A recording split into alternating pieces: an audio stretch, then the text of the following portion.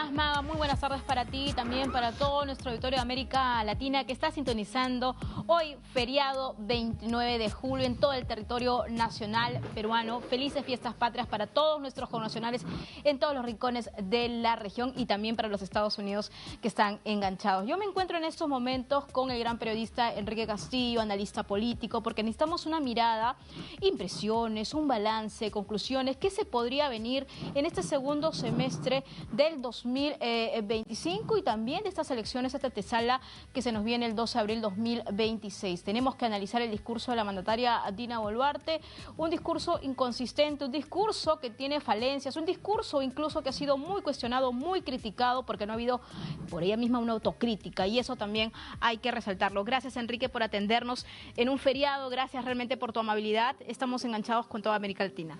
Un saludo para todos ellos y muchas gracias a ustedes por permitirme hablar con ustedes. Claro que sí. ¿Cuál es su balance o sus primeras palabras sobre este discurso? ¿Qué nos deja? ¿Qué sabor nos deja? Nos deja un sabor amargo, nos deja con hambre. Hambre de información, hambre de lo que debió ser un discurso en el cual nos dijeran qué va a ocurrir de ahora en adelante hasta el 2026. Es un año importantísimo para nosotros porque es un año de transición, es un año que se viene con una campaña electoral muy fuerte, muy fragmentada, y nosotros necesitábamos saber cómo iba a actuar el gobierno. Necesitábamos que nos garantice la neutralidad, que nos garantice la transparencia, y necesitábamos también saber qué cosa es lo que ella, la mandataria, iba a hacer de aquí hasta finales de año. Eso no ha habido. Lo que ha habido es una primera parte donde se nos ha tratado de mostrar a una mujer poderosa o todopoderosa que, según ella, salvó al país del comunismo, ¿no es cierto?, de todo el socialismo, cuando en realidad ella formó parte del gobierno de Pedro Castillo durante mucho tiempo. Fue un alfil de Pedro Castillo, acompañó al expresidente y en buena cuenta a ella le cae todo esto de sorpresa, porque si no hubiera sido por ese autogolpe tan absurdo de Pedro Castillo, ella jamás hubiera llegado a la presidencia. Entonces, ella trata de vendernos una imagen de una persona que salvó al Perú, cuando en realidad ella asume la transición, y es cierto que si bien tuvo la capacidad de convocar a un buen primer ministro como Otárola, si bien, como digo, eso permitió que el país ya no se siguiera hundiendo como estaba ocurriendo con Pedro Castillo, lamentablemente no supo qué hacer cuando tuvo el gobierno entre sus manos, Dina Boluarte. Y lo que ha habido es prácticamente un avance en automático. Un avance en automático que ha permitido que la economía, es cierto, no siga funcionando, que los empresarios pudieran tener un espacio para poder, dentro de la inestabilidad, poder avanzar, pero también han habido grandes falencias durante estos años.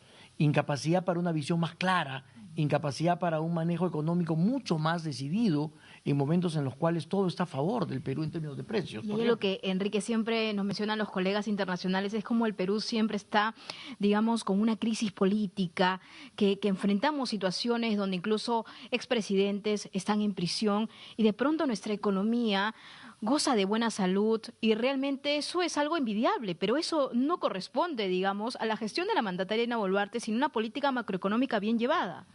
Eso es un mérito del Banco Central de Reserva, de Julio Velarde, que tiene muchísimos años al frente del Banco Central y además es catalogado como uno de los mejores banqueros centrales del mundo.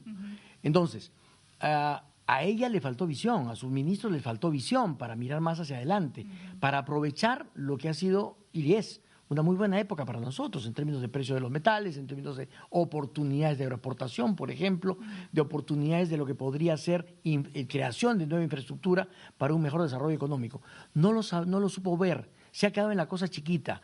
Dina Boluarte se ha preocupado más de ella gozar de las mieles del poder en lugar de dedicarse a coordinar un gobierno que pudiera llevarnos a un crecimiento de 6% en lugar de estar arañando el 2.5% como lo estamos haciendo ahora. Correcto, y también hubo algunos temas que siempre tenemos un análisis ya con una mirada internacional, una mirada regional. Por ejemplo, lo que pasó entre China y Brasil, con este acuerdo, esta firma de entendimiento por ese tren bioceánico. ¿Se esperaba quizás algún tipo de comentario al respecto? O también de lo que está pasando en coyuntura con respecto a los trenes, porque es el sistema de transporte urbano que tanto necesitamos los peruanos.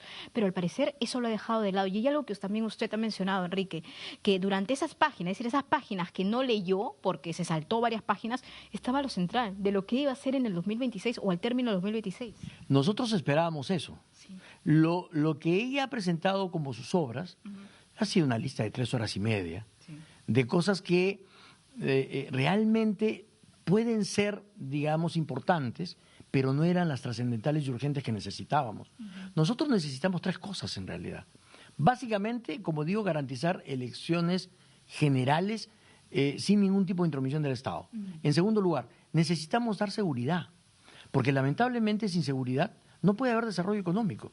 O sea, la seguridad es fundamental, tanto para el pequeño emprendedor como para el gran empresario.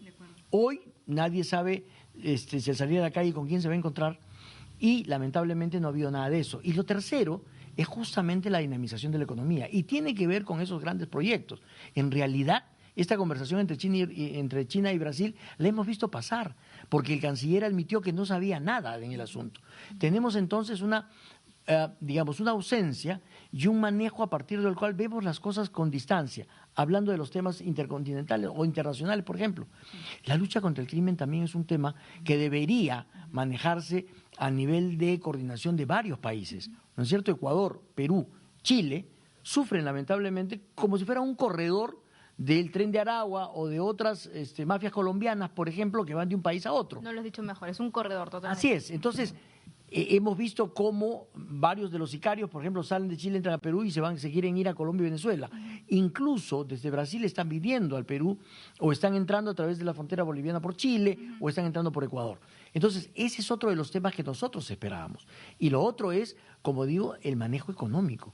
El manejo económico no es solamente un tema de dejar con las cosas en piloto automático. Nosotros esperábamos saber, por ejemplo, qué se va a hacer con la gran petrolera estatal Petroperú, que está quitándole a los peruanos enorme cantidad de recursos.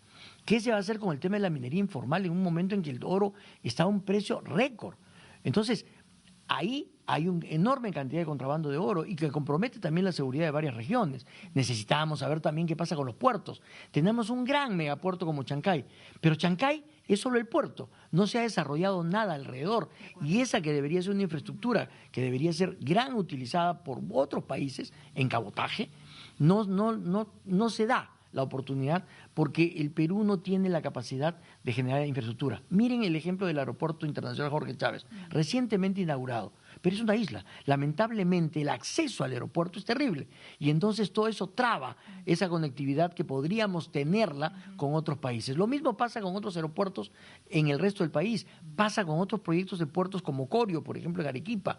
Es decir, podríamos ser un gran hub, pero la desidia o la falta de capacidad a una presidenta que le cayó del cielo el cargo, no le ha permitido a ella abrirse porque no tiene la capacidad y porque además vive pensando en cómo durar hasta el 2026. Y cómo la alianza también tácita entre el Congreso de la República, y le voy a quitar tácita mejor, porque esa alianza realmente se materializa en todo sentido. Y tenemos un nuevo presidente del Congreso de la República, cuestionado, vamos a ver también en qué termina todo ello.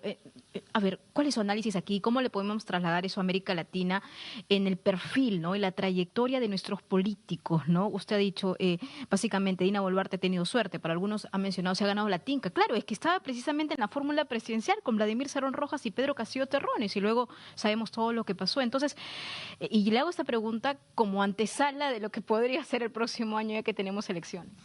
Ahí hay 2 cosas. La primera es, el Perú está demostrando una gran fortaleza macroeconómica, pero además está demostrando una gran fortaleza de sus sectores civiles y empresariales. Es decir, a pesar del gobierno, a pesar de las normas que da el Congreso, a pesar de eso, estamos entre el 2.5 y el 3% de crecimiento. Imagínense si tuviéramos el apoyo o la capacidad del gobierno en el Congreso. En segundo lugar, tenemos una posibilidad muy grande que se abre a partir de estos años, hacia adelante, en virtud, como digo, de las condiciones que se van dando a nivel internacional con una serie de elementos. Por otro lado, entre ellos, por ejemplo, la izquierda que se va quedando y la derecha que de alguna manera va resurgiendo en América Latina. Eso es importantísimo. Por otro lado, tenemos un proceso electoral en el cual esperamos que haya cordura a nivel de la centro-derecha y el centro para buscar alianzas. Este 2 de agosto se termina la inscripción de las alianzas y no podamos desperdiciar un voto fragmentando y polarizando por gusto todo este ambiente político.